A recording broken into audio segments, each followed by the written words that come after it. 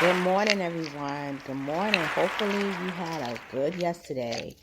Hopefully, your week so far has been good. And for everyone out there in the world, particularly my ADOS people, my people that claim FBA, my people that claim other ideologies, happy Juneteenth. Okay? Now, the reason why I started off with this is because we know about the whole ADOS movement, and we know about the others that came along, and I'm not going to say the names of it. I mentioned one because it is very popular. But what I want to say is that I want to give a shout out to Yvette Carnell because she did an excellent job on her broadcast last night talking about Pan-Africanism and how Pan-Africanism ideologies in America, not all over the world, but particularly America, has held hostage the reparations movement. So yesterday she did a broadcast called The Supreme Court versus Pan-Africanism. And there was a case where I didn't catch the name of the case, but I'm gonna post the link to the episode. It's not a show, but the broadcast. And it talks about how when you're discussing given and granted protections to groups, you can't make it based on race. It has to be based on in lineage. And the reason is because it has to be very concise as possible. In other words, it can't be broad. If you include race as a justice issue, as a justice claim in particular, what you're going to have is everybody and their mama and grandmama, uncle and auntie, nieces and cousins, nephews, and best friends jumping in and claiming that they too were persecuted when in fact they themselves are not part of a particular lineage group, or I would say tribe, but in this case we say lineage, okay, in the legal sense. So they interviewed in the records of the Supreme Court case, they interviewed people who wanted it to be race-based. And Justice Kavanaugh, who I've been critical of because of the whole thing that happened with that lady when he was being confirmed as a justice. But I gotta give it to him. He basically said, no, it's gotta be lineage-based, because if you make it racial, then it's going to be too broad, and everyone is going to benefit for something that they themselves or their ancestors themselves did not partake in, was not a part of. Okay, now the reason why I mention that, because yes, it was part of the case, but Yvette mentioned it. But the real reason is because the Pan-Africans in America, who are ADOS, they are the ones that holding the reparations movement back. And I've been saying this for years, okay? Let me explain. And let me try to really keep close to Yvette Carnell's words that she used last night as much as possible. She mentions in Cobra, okay, that was created back in 1987. And she mentions how up until that time, no other group of reparationists in this country included Black people from other parts of the world. They concluded it based on the people who were enslaved in the United States of America. And they were fighting to get justice for them because the 40 acres and a mule was never promised. So, i.e., people like Callie House, she was the first one who was a woman. And then there was other people that followed suit, okay? But what happened in 87, this group in Cobra comes along, and they make it inclusive, not just with Blacks from the Caribbean and Central America, Latin America, but they made it to Africans from Africa that not only weren't part of the slave trade and being enslaved, but many of them benefited from it financially, okay? They're so wrapped up in being Pan-Africans and being African psychologically that they fail to see that you are harming the movement by doing this, okay? She said something, Yvette, that was very profound. And she talked about Dr. Carr. I'm going to get to him in just a moment. She basically said that the problem with the reparations movement is not Black immigrants. Most of your Black immigrants got here literally in the last decade, okay? The numbers have spiked up from 2010 to 2020. She used 2020, for instance. Those numbers have spiked up in about over 50%. These are not people that are trying to get reparations, okay? Many of your Black immigrant descendants of Black immigrants, they're not trying to get our justice claim. They know, listen, my ancestors come from Barbados. I know that I wouldn't be able to get anything based on slavery because my ancestors were enslaved in another part of the world. It's not them. It's these ADOS people who follow Pan-African ideologies, who psychologically, she said this, who psychologically see themselves as Africans living in America. They don't see themselves as Americans who are Black or Black Americans. They see themselves as Africans living in America, and they basically Wakandanize themselves and Wakandanize the reparations movement. And that's the problem that we have. And she made a comment that was profound. She said, they got to get out the way.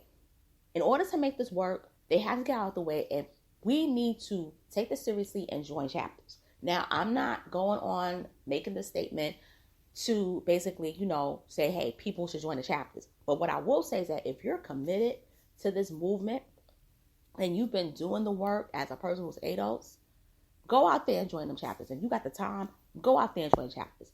I work full time. I have a lot on my plate right now. I can't do it myself. If I could, I'll be right there. But she mentioned Dr. Carr. She said, I blocked him. I blocked Dr. Carr 6 years ago because I couldn't take the stuff that he was saying and what he was doing. He was on Roland Martin, okay? And the Karen Hunter show. And this is the very first person, believe it or not, that spoke bad about ADOS, which led other people to talk bad about ADOS, including Talib Kweli.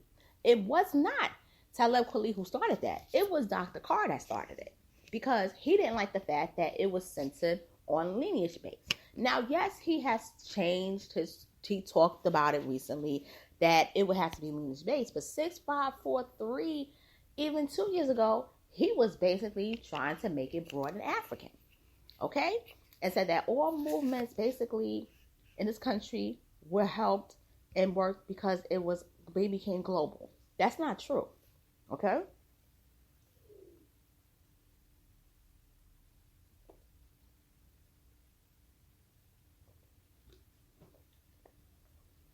That's not true at all. But the thing that got me was when she said, I think that you are a person that stand in the way of this movement. I think you're horrible. I think that you're just a person that talk. And she said, you and all you Pan-Africanist people, y'all haven't done anything in this country. Y'all haven't done anything significant in any movement in American history. All you have done was sow dashiki, sow incense, talk about the fantasy of Africa, Wakandanize, or trying to Wakandanize the movement. And what you did, the most successful thing you actually did, I'm paraphrasing, is that you basically held this thing hostage. You've held this hostage, this reparations movement hostage. You are the problem. You're in the way, and you need to get out the way. And it's about time. Because in 3 years, ADOS did more for reparations than in Cobra, and I think the other one, the name is NARC, did in all the decades they went around. I'm from New York. I heard it in Cobra. And you know what every Black person just about in New York said? Pan-Africanism, bye. We never wanted to be part of it. Most people that was in Cobra, I could say if there were members, it was about 300. And Dr. Randy Short was one of those people in Cobra, and that's why he wanted to take down ADOS. And that's why he's cool with Tyreek, because he has a hate for Yvette, because Yvette declined to join in Cobra. And he tried to harass her out of being a writer on the Howard University School newspaper. Y'all don't know that tea. That's why he talks about her every which way. And I'm going to be honest with you. Even though I did say that the beef shouldn't have happened the way it did, I do believe Dr. Randy Short put venom in Tariq Nasheed towards Yvette. Because Randy Short never really, spoke about his disdain for Yvette Carnell the way he did, I don't believe that there would have ever been this rift between ADOS and FBA. I really don't.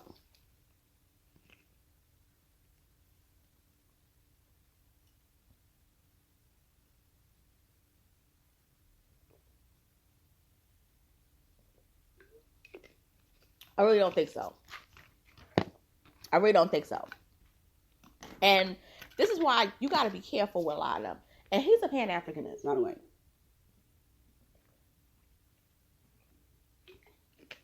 So now you're starting to see how all this plays out. But now Dr. Carr, he's basically using the same language that Yvette is using. But I want to say something about Dr. Carr. And I'm going to say this in all respectfulness.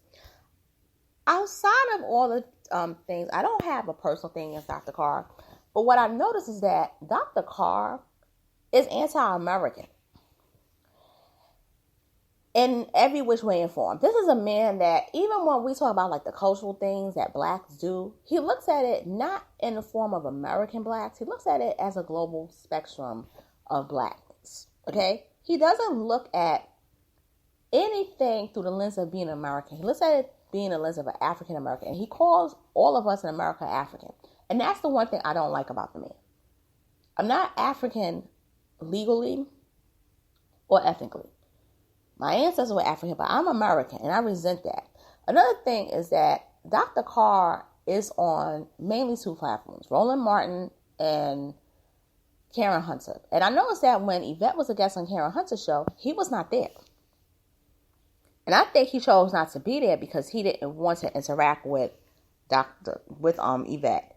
Because Yvette, many who know that Yvette's a Howard University student. Dr. Carr got his degrees from Howard. He teaches Africana studies. They will not have Yvette as a guest at Howard University. And I remember reading years ago on YouTube that there were people who worked at Howard that didn't want her there. So it's not like they just so happened didn't want her there.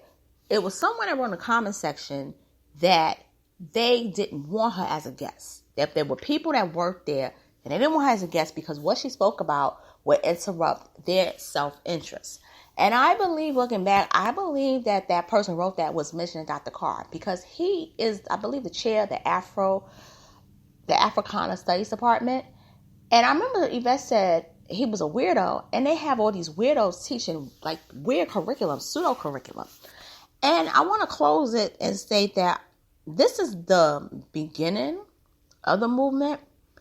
And I want to say that ADOS won. I never had anything against ADOS. Okay? I had claimed both, ADOS and FBA.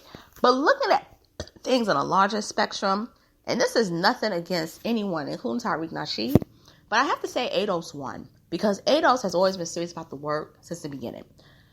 It was just, for me, the term FBA is something that I heard growing up as a kid. I never heard the term ADOS because it was something that Yvette created. But FBA, Foundational Black American, my mother said that. My mother said that term. My mother got it from her grandmother in Alabama, the same state that Tariq was raised in, believe it or not. So that's why I always was comfortable using it because, I heard it growing up as a kid. But in terms of the work itself, ADOS won. ADOS was doing the work.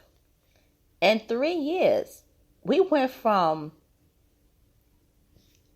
just, not really even talking about reparations to it being at the forefront of the conversation. And with that being said, I'm signing out because I have to go to work. But I want to thank everybody for listening and tuning in. And hopefully you have a wonderful rest of the day. Take care. Later.